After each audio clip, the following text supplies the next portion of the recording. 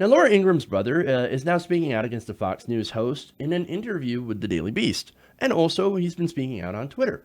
Now, this is Curtis Ingram, who is the older brother of Laura, told the publication repeatedly that he believes that his sister is, quote, a monster due to many of her beliefs. Now, he's also been using his Twitter account to criticize her and to get companies to boycott her show. Now, quote, he said, my sister's repeated mean-spirited, flippant, and insensitive remarks makes me, her brother, question her very humanity. Your continued sponsorship is disturbing, to say the least. And he tags a bunch of different sponsors to Ingram's show. Now, Curtis had apparently encouraged advertisers to boycott that show following her comments about Parkland shooting survivor David Hogg, and apologized to LeBron James after his sister mocked the NBA star's criticism of Trump by saying that James should, quote, shut up and dribble. Because that's not racist at all. Entertain us or shut up. Lovely. Now, it's not just that, but he's also given insights into Laura's past, which is interesting. Now, he wrote on Twitter that she had once mocked a black college classmate by speaking, quote, jive. He shared that one of Laura's adopted immigrant children were calling him dummycrat. He pointed out that their grandparents were Polish immigrants and said that his sister was influenced by their late father's alleged sympathy for Nazis. See, that is a piece of information that I had no idea, but kind of makes sense. Like, her father was a Nazi sympathizer and a massive right-winger. And so she grows up to be essentially the same. In fact, he tweeted August 9, 2018, we grew up with an abusive alcoholic father who was a Nazi sympathizer. Like father, like daughter. This was the familial soil that gave bloom to my sister's anger. Well, what do we keep saying here? They have nothing left but rage. They're angry and they're fearful. That's what the Republican Party, the modern Republican Party, is now. They used to be a party that at least had some ideas. This year, some of those ideas were wrong, but they had an identity outside of anger and rage. Now they're essentially like the Sith. Give in to your hatred of the immigrant. They're coming to take your jobs. That's what they're about. Make no mistake. That is the modern Republican Party. They have nothing left but anger and rage. And that's anger against immigrants, which are not stealing jobs, which are not destroying the country, but they don't care. African Americans, same thing, right? Liberals, you name it. You name it. They have nothing but rage and disdain. This is from the party who, by the way, claims that, oh, no, we value facts over feelings. Really? Because the only feeling that I seem to get from you is that you're just in a constant state of anger, of hatred. No, they're angry, they're deeply hateful, but there's more. In a telephone interview with the Daily Beast, the soft-spoken older brother criticized Laura's show, described her personality as, quote, destructive, and characterized her as generally, quote, extremely angry. There they go again. Quote, she's very smart, she's well-spoken, but her emotional heart is just kind of dead. And you see it in her face when you see her on TV. She is ready to destroy. She does not listen to understand. She listens to respond, and her response is always an attack. So this is an illustration of who they are. Smart people who only listen to things to formulate a way to destroy someone else or to destroy something else. This is the way they think. This is what their anger, this is what their hatred leads them to. And it's exactly why she's on Fox News. Again, never to understand, always to attack. Never to hear a different point of view. But always to attack, always to destroy. And look, you want to look at that? Look at any interview on Fox News where there is a progressive or where there's a Democrat, a liberal on with another host. Their only point there, The only reason they bring those people on, and I'll look to the Kyle Kalinske interview where he was on Fox. The only reason they bring people on is to destroy them. And for a long time, Republicans would be able to do that because the Democrats would actually try to not win the argument. They would not fight back. They would roll over. Now you have Kyle. Now you have other progressive hosts going on these stations, going on these channels, and actually fighting back.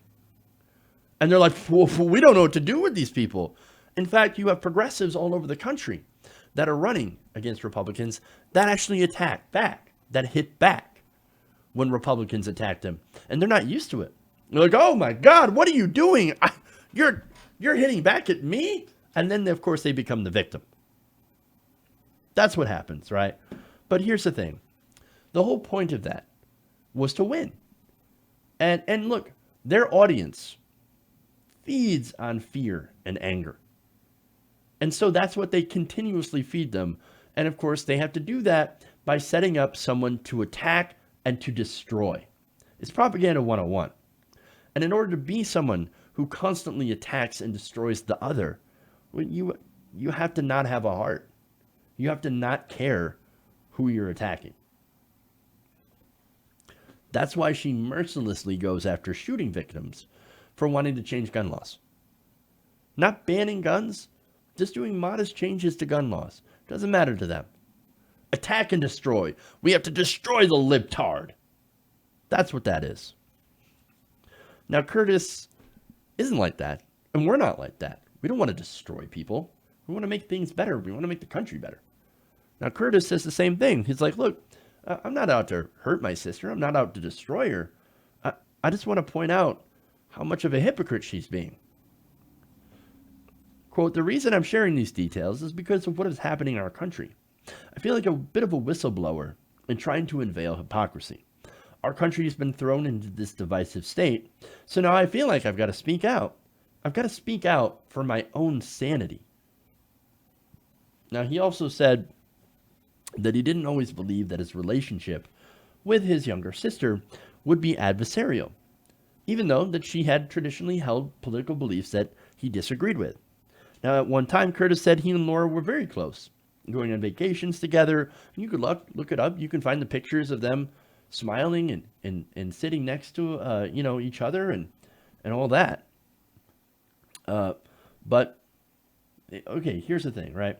So they spent time in Washington, D.C. They shared personal details about their lives. They were a family, even though that they had some political differences. The difference now is that it's gone to an extreme. Now, this sounds like a familiar story to me, right? Especially in this Trump era, right? I've heard a lot of stories of people that can no longer be around certain family members that have cut people out of their lives, family and friends, because of voting for Donald Trump, right? And some of you guys have shared your own stories with me. And some of you haven't, but I'm sure there's a lot of you out there who have had to cut someone out of their lives because of political disagreements or things like that. And look, there are political differences that people are going to have, of course. And you can get along with people who you disagree with on some issues. Like, for example, oh, no, I like tax cuts for the rich. Well, okay, I disagree with you. I think that's idiotic to continue to give rich people more and more money. But hey, you know what? At least you're not a terrible person at heart. You're just a temporarily embarrassed millionaire. You're wrong, but I still love you. I can have disagreements like that. But when the disagreements get into this other person being okay with locking up children in cages because they're immigrants, because they're undocumented, but there's no situation where you can look at that person and, for one, not feel sorry for them because of the hatred that it takes to get to that point. But look, you can't be around people like that who think that that's a great thing to do. Lock up children in cages or bar people from bathrooms. Now, for Curtis, his line was LGBT rights. And as you're going to see, it's because he is a member of the LGBT community. And she has done terrible, terrible things for the LGBT community. Quote, As a student at Dartmouth in the 1980s, Ingram had run the school's right-wing newspaper, the Dartmouth Review, which had been known for its controversial statements about race. Oh, already great. She infamously assigned a reporter to attend and secretly record a gay students association meeting, in which some students who were closeted shared their experiences. Now, the paper published excerpts and quotes from the meeting, which ended up outing at least one student and labeled gay students with offensive slurs. Now, think about that. So here's a persecuted minority, gay people in the time, and it's 1980, right, in the 80s. Instead of sending a reporter into this to learn what it's like and report sympathetically, right? No, she sent that person in there to destroy these people, to crush these people, to out them. You know what happened in the 1980s to gay people? Nothing good. Nothing. It's not like coming out now, right?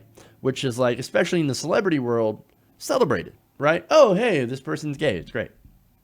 No, back in the 1980s, you would get harassed, beat up, sometimes even murdered. And look, it still even happens to this day. So that is a terrible, terrible thing that she did. And look, she didn't have any qualms with doing it back then. Now, interestingly enough, back in 1997, she appeared to have reversed course. In 1997, she apologized. She attributed her changing opinions about issues, including same-sex marriage, to her experiencing witnessing her brother's loving relationship with his longtime partner, who died of AIDS. So her brother, a member of the LGBT community, is like, hey, look, this is what a gay relationship's like. Is it destroying your marriage? No. Is it destroying your life? Is it destroying the fabric of society? No. It doesn't do any of that. And she, for a minute, she was like, hey, you know what? You're actually right. Maybe I need to reevaluate myself. Okay. Well, at the time, he told the Daily Beast that, quote, he was moved by that piece. But again, something changed. He said Laura became more religious in subsequent years and began to waver in her newly empathetic positions on LGBT rights. Now, let me be clear. You can be a religious person and not be anti-gay. I know plenty of religious people, good Christians who are not hateful people, who are good people, who are like, hey man, that's the way God made you. I ain't hating. You can do what you want and we love you anyway. It doesn't matter to us. So again, you can be a very religious person. You can be very accepting of LGBT folks. But Ingraham didn't go in that direction. She went to the hateful version, spread by the right wing. And in private conversations with her brother about issues like same-sex marriage, she would at first say things like, I would agree to disagree. Now, of course, later on, you can just see what she feels about same-sex marriage. He told the Daily Beast to him that Laura's change of heart on LGBT issues and gay marriage was a betrayal. Quote, he recalled thinking, that goes against my ethics. You're destroying me. It's hideous behavior. That's what I'm trying to unveil here, the hypocrisy. Families first. I know about gay rights. My brother is gay. It's all a sham. Now, finally, he says that he is saddened by how his sister's outspoken punditry has destroyed their personal relationship. He said, quote, it's not easy for me. My heart has been bruised. It has been a kind of irreparably bruised, but I'm trying to illuminate and shed light on her hypocrisy. Now, like the story actually hits me pretty hard, right? So you guys know that I lost my sister back in June, right? Now, I absolutely love my sister. We had the same views on politics. She was hilarious. She voted for Bernie, by the way. Wanted to write him in 2016. But she, always took care of the family. She's a great person. And, it sucks that she's gone. It hurts that she's gone. But when I think about what Curtis is going through, and his sister is still alive, but is an absolute monster. I think maybe this guy's got it worse. This guy, again, she is hateful, callous, hypocritical, monstrous. And that he has to take the position of basically outing her and saying, no, this is what you are. This is what my sister is. She is a hateful person. She is a monstrous person. I think that is almost worse than actually having lost your sister in the way that I lost mine. Because that relationship, I don't think it's ever going to recover, right? Now, I'm always going to have great memories of my sister. But Curtis is going to be constantly pushing back on her hatred, knowing that there's a good chance that they are never going to be a family before or anymore. This is what hate does. It tears families apart. This is what being a hateful person gets you. Hey everybody, thanks for watching this video. If you want to see more like this, please hit the subscribe button below. And if you want to support truly independent progressive media, please consider becoming a patron at patreon.com/TYTNation.